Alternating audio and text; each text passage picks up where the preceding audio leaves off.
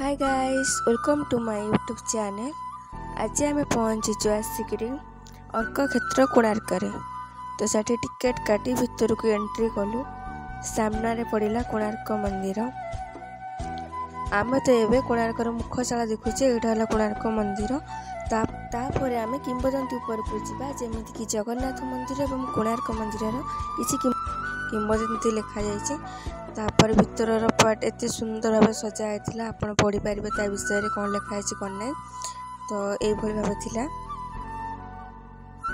एमती बुलू बुलू सूर्यंकर 3टी मूर्ति आम आखि सामने पड़ा। तो मुगुनी पत्थर बहुत सुंदर भाव कारुकार्य होता भर को पुणी आम एंट्री कलु। तो ता भर अरुण स्तंभ थुआई जहाँ भिडटा करें सरी। तो बोईत भी थुआई एत सुंदर ता भर होता आसापी भी इच्छा हेनी।